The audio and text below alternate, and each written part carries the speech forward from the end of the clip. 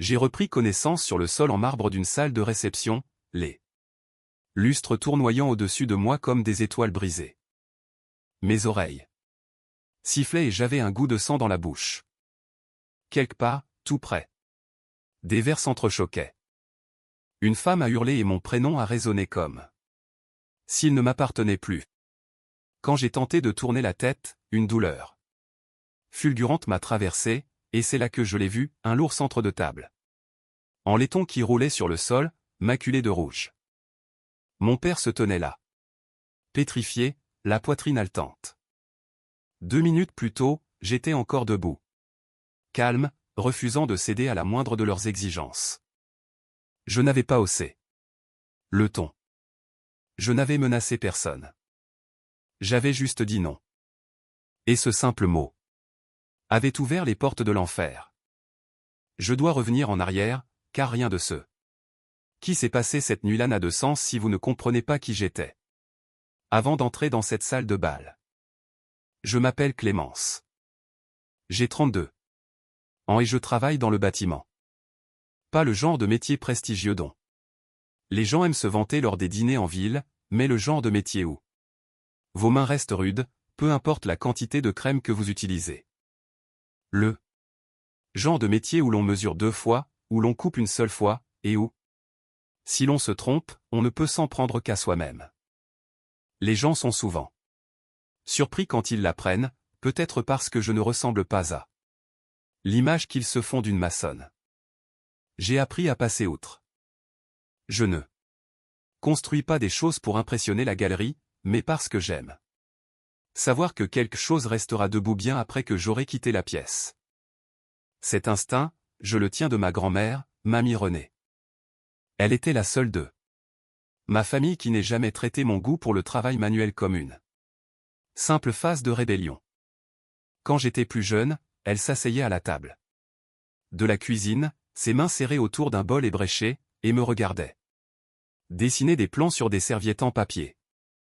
Elle hochait la tête lentement et disait, si tu construis quelque chose, Clémence, assure-toi que les fondations puissent supporter le poids du monde. À son décès, elle m'a laissé un petit terrain en friche à la lisière du Vexin. Rien d'exceptionnel. Un sol accidenté, des arbres tordus, le genre d'endroit que tout le monde ignore. Mes parents jugeaient ce legs impraticable, un fardeau, une perte de temps. Moi, j'y ai vu une fondation. Pendant des années, j'ai travaillé sur mes chantiers le jour et j'ai construit ma propre maison le soir et les week-ends. Je connaissais le passage de chaque câble électrique. Je savais quelle lame de parquet grinçait. Parce que c'était moi qui l'avais cloué. Quand l'argent venait à manquer, je me contentais de pâtes et je continuais. Quand je me blessais, je me faisais un bandage de fortune et je finissais la tâche. Ma famille n'est jamais venue voir le chantier, pas une seule fois. Pour eux, ma véritable valeur était toujours mesurée par rapport à celle de ma sœur cadette, Léa. Elle était plus douce, plus extravertie, toujours en besoin d'être sauvée. Mes parents gravitaient autour d'elle comme si la gravité elle-même l'exigeait. J'ai appris très tôt qu'être fiable signifiait devenir invisible. Alors, quand Léa a annoncé son mariage avec Julien, tout le monde a parlé d'un nouveau départ, d'une célébration, d'une occasion pour la famille de se réunir enfin. J'aurais dû m'en douter, car les familles comme la mienne ne se réunissent pas pour la joie. Elles se réunissent quand elles ont besoin de quelque chose.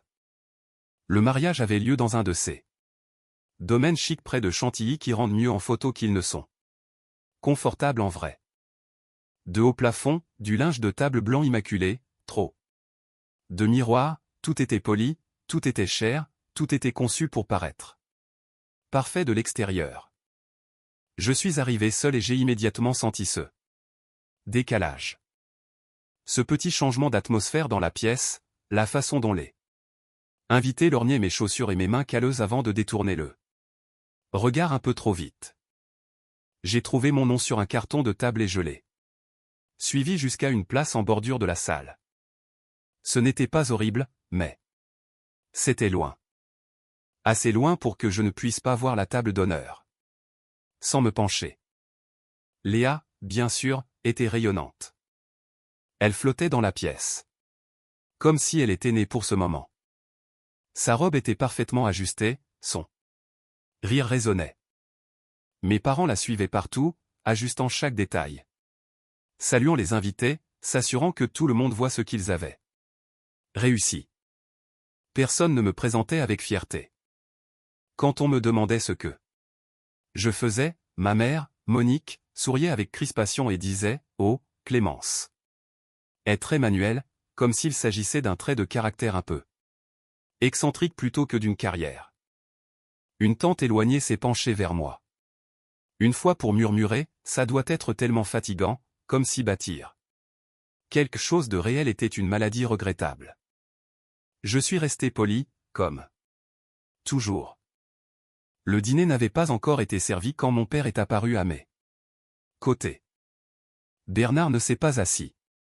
Il se tenait trop près, une main sur le dossier de ma chaise, comme s'il testait sa solidité. Belle réception, a-t-il dit en balayant la salle du regard, une grande soirée pour la famille. C'est vrai, ai-je répondu. Ma mère l'a rejoint quelques instants plus tard, son sourire déjà figé. Elle avait pris ce ton mielleux qu'elle utilise quand une conversation est censée paraître amicale, alors qu'elle ne l'est pas du tout. Nous devons discuter, Clémence, a-t-elle dit, juste une minute. C'est là que j'ai senti la pression, comme une main qui se pose entre mes omoplates. Ils ne m'ont pas demandé comment j'allais. Ils n'ont pas mentionné mon travail. Ils sont allés droit au but. Léa commence un nouveau chapitre, a dit mon père. Elle a besoin de stabilité. Monique a acquiescé, un foyer, quelque chose de solide, et toi, tu en as déjà un. Je n'ai pas répondu tout de suite. J'attendais la chute. Il y a une solution simple, a-t-elle continué, tu lui transfères ta maison, juste sur le papier, une sorte de geste symbolique pour l'aider à obtenir son prêt et s'installer. Elle et Julien s'en occuperont. Mon estomac s'est noué. J'ai posé une seule question, et qu'est-ce qu'il advient de moi? Ils ont échangé un regard, le genre qui signifiait que la réponse n'avait aucune importance. Tu es célibataire, a dit mon père, tu n'as pas besoin de tout cet espace. Tu trouveras bien une autre solution. C'est à ce moment-là que quelque chose s'est brisé en moi, silencieusement, définitivement. Ils ne me demandaient pas. Ils étaient en train de réallouer mes ressources.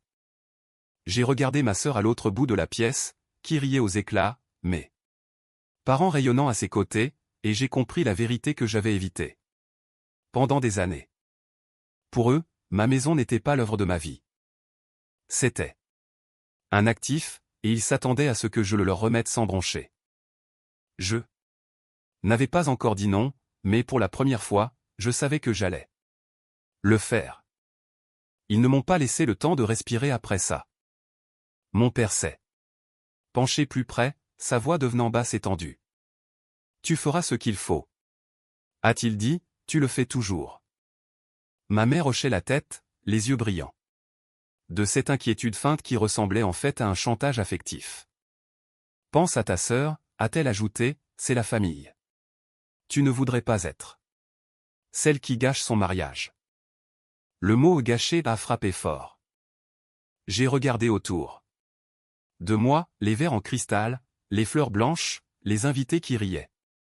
Ignorant totalement que ma vie était en train d'être négociée comme une simple ligne sur un tableur. J'ai repensé aux nuits où je dormais dans ma camionnette. Pour économiser de l'argent, aux échardes, au bleu, à la fierté silencieuse de fermer ma propre porte d'entrée à clé pour la première fois. Je les ai regardés dans les yeux. Je ne transférerai pas ma maison, ai-je dit. Ce n'était pas fort. Ce n'était pas dramatique, c'était juste ferme. Le sourire de ma mère a été le premier à se fissurer. Ne sois pas difficile, a-t-elle chuchoté. Nous te demandons simplement d'aider La mâchoire de mon père s'est contractée. Tu es égoïste. Non, ai-je répliqué, je suis clair. C'est là que la température a chuté. Tu n'aurais même pas cet endroit sans cette famille, a-t-il lâché, tout ce que tu possèdes vient de nous. J'ai senti mon cœur se durcir. Le terrain venait de mamie, ai-je dit, la maison vient de moi. Les gens aux tables voisines commençaient à remarquer notre échange. Les chaises grinçaient. Les conversations ralentissaient. Ma sœur était toujours sur la piste de danse, inconsciente ou faisant semblant de l'être. La voix de Monique est devenue tranchante, si tu refuses cela, ne t'attends pas à ce que les choses restent les mêmes. J'ai compris ce qu'elle voulait dire, les fêtes de famille, les anniversaires, l'illusion d'appartenance. Je me suis levé. Je ne donnerai pas ma maison, ai-je répété, ni aujourd'hui, ni jamais. Le silence qui a suivi était absolu. J'ai ramassé mon sac et j'ai tourné le dos pour partir. Je me souviens avoir pensé à quel point il était étrange que personne n'essaie de m'arrêter. Je me sentais enfin en paix avec mon choix. J'ai fait 2 pas. Puis j'ai entendu un mouvement derrière moi. Rapide, lourd. Je me suis retourné juste assez pour voir le visage de mon père se déformer, une rage furieuse perçant le masque de respectabilité qu'il portait en public. Sa main s'est refermée sur le centre de table en laiton. Il n'y a eu aucun avertissement, aucun cri, juste le bruit du métal fendant l'air. Et puis, tout est devenu blanc. Je suis revenu à moi par morceaux. Le son d'abord, un sifflement aigu et irrégulier qui ne s'arrêtait pas, comme une alarme coincée dans mon crâne. Puis la lumière, trop vive, trop blanche. Mes yeux s'ouvraient et se fermaient pour lutter contre l'éblouissement. Mon corps me semblait lointain, comme s'il flottait au-dessus du sol. Le sol. J'ai réalisé que je n'étais plus debout. Le marbre froid pressait ma joue. Mon épaule me brûlait. Là où j'avais chuté en premier. Quand j'ai essayé de bouger, une nausée si forte m'a submergé que j'ai dû m'immobiliser, respirant par à-coups. Quelqu'un a crié mon nom. Quelqu'un d'autre a appelé la sécurité. J'ai senti un goût de ferré. J'ai su, sans même toucher mon visage, que je saignais. J'ai tourné la tête. D'1 centimètre. C'est là que je l'ai vu. Le centre de table en laiton gisait. Sur le côté à quelques mètres, un de ses bords dorés étant désormais sombre. Il était plus lourd qu'il n'en avait l'air, le genre d'objet décoratif fait pour signaler la richesse, pas pour servir d'arme. Il brillait sous les projecteurs de la salle, totalement déplacé sur le sol, comme un mensonge qui aurait fini par s'écrouler. Mon père était toujours debout. La poitrine de Bernard se soulevait violemment, ses yeux étaient écarquillés, vides. Pendant une fraction de seconde, il a semblé confus, comme s'il ne réalisait pas ce qu'il venait de faire. Puis son regard s'est ancré sur moi et toute hésitation a disparu. On ne me tourne pas le dos, a-t-il hurlé, sa voix transperçant le chaos, on ne tourne pas le dos à sa famille. J'ai essayé de parler, mais aucun son n'est sorti. Une ombre s'est glissée entre nous. Ça suffit. La voix n'était pas forte, mais elle imposait le respect. C'était Julien, le fiancé de Léa. Il s'est avancé, se plaçant délibérément devant moi pour me protéger. Il n'a pas touché mon père. Il n'a pas levé les mains. Il s'est simplement tenu là, les épaules carrées, la mâchoire serrée, regardant Bernard comme s'il était un animal dangereux à contenir. Éloignez-vous d'elle, a dit Julien. Mon père a ricané. Ça ne te regarde pas. Julien n'a pas bougé, maintenant, si. Les agents de sécurité ont fait irruption, l'un saisissant le bras de mon père, l'autre appelant des renforts à la radio. Ma mère tournait autour de nous, se tordant Les mains, son visage déformé non pas par la peur pour moi, mais par la panique. Face au scandale qui éclatait. Appeler une ambulance, a crié une voix. Alors qu'on me hissait sur un brancard, la salle est redevenue floue. Les lustres de cristal défilaient au-dessus de moi. J'ai aperçu Léa, immobile près de la pièce. Montée, les mains sur la bouche, les yeux écarquillés de choc, non pas par compassion, mais parce que son mariage parfait s'effondrait en public. La dernière chose dont je me souvienne avant que les portes de l'ambulance ne se referment fut la voix de Julien, claire et contrôlée, « Ne la touchez plus », dit-il, et cela sonnait comme une promesse. Je perdais et reprenais connaissance. Pendant que les secouristes s'affairaient. Ils m'ont demandé mon nom, j'ai répondu. Ils m'ont demandé ce qui s'était passé. J'ai dit, mon père m'a frappé. Prononcer ces mots à haute voix semblait irréel, comme si je décrivais une scène arrivée à quelqu'un d'autre. Au moment où nous sommes arrivés à l'hôpital, l'adrénaline était retombée, laissant place à une douleur sourde et pulsante derrière mes yeux. Ils ont recousu l'entaille sur ma tête et m'ont annoncé que j'avais une commotion cérébrale. Je fixais les dalles du plafond, comptant les fissures, essayant de ne pas penser au fait que mes parents savaient exactement où j'étais. Le rideau a bougé. J'ai sursauté. Mais ce n'était pas eux. C'était Julien. Il avait l'air d'avoir traversé une tempête. Il n'avait plus sa veste de costume, sa chemise était froissée et une petite tache de sang maculait son poignet. Il est resté là un moment, me regardant. Comme s'il devait s'assurer que j'étais bien vivante. « Je suis désolé, a-t-il dit doucement, j'aurais dû intervenir plus tôt. J'ai dégluti avec difficulté. Tu en as fait assez. Il a tiré une chaise près de mon lit. Ses mains étaient jointes, les articulations blanchies par la tension. Il y a quelque chose que tu dois savoir, a-t-il commencé, en fait, il y a beaucoup de choses. Il m'a expliqué lentement, avec précaution, comme s'il ne voulait pas m'accabler davantage. Au cours des dernières semaines, certains détails ne collaient pas. Léa restait vague sur les questions d'argent. Elle disait que les paiements étaient réglés, mais ils ne l'étaient pas. Des factures apparaissaient puis disparaissaient. Julien avait fini par engager quelqu'un pour vérifier les comptes, par mesure de sécurité. Ce qu'ils avaient découvert était catastrophique. Il m'a parlé des dettes, des montants abyssaux qui m'ont donné le vertige. Des crédits à la consommation empilés, des loyers impayés, des factures jonglées d'un compte à l'autre pour masquer le gouffre. Et puis, il y avait la raison pour laquelle il voulait ma maison. Il ne te demandait pas de l'aider, a dit Julien, la voix serrée, il voulait utiliser ton bien comme garantie pour éponger ses dettes et tout faire disparaître. J'ai fermé les yeux. Évidemment. Et ce n'est pas tout, a-t-il poursuivi, tes parents étaient au courant. Il l'aidait à déplacer l'argent discrètement depuis des mois. J'ai senti un grand froid m'envahir. Je ne l'épouse pas, a-t-il ajouté. J'ai tout rompu ce soir. J'ai rouvert les yeux pour croiser son regard. Il y avait de la colère, de la déception, mais aussi un certain soulagement, celui de voir enfin la vérité éclater. Ce n'est pas de ta faute, a-t-il précisé comme s'il lisait dans mes pensées, c'est la leur.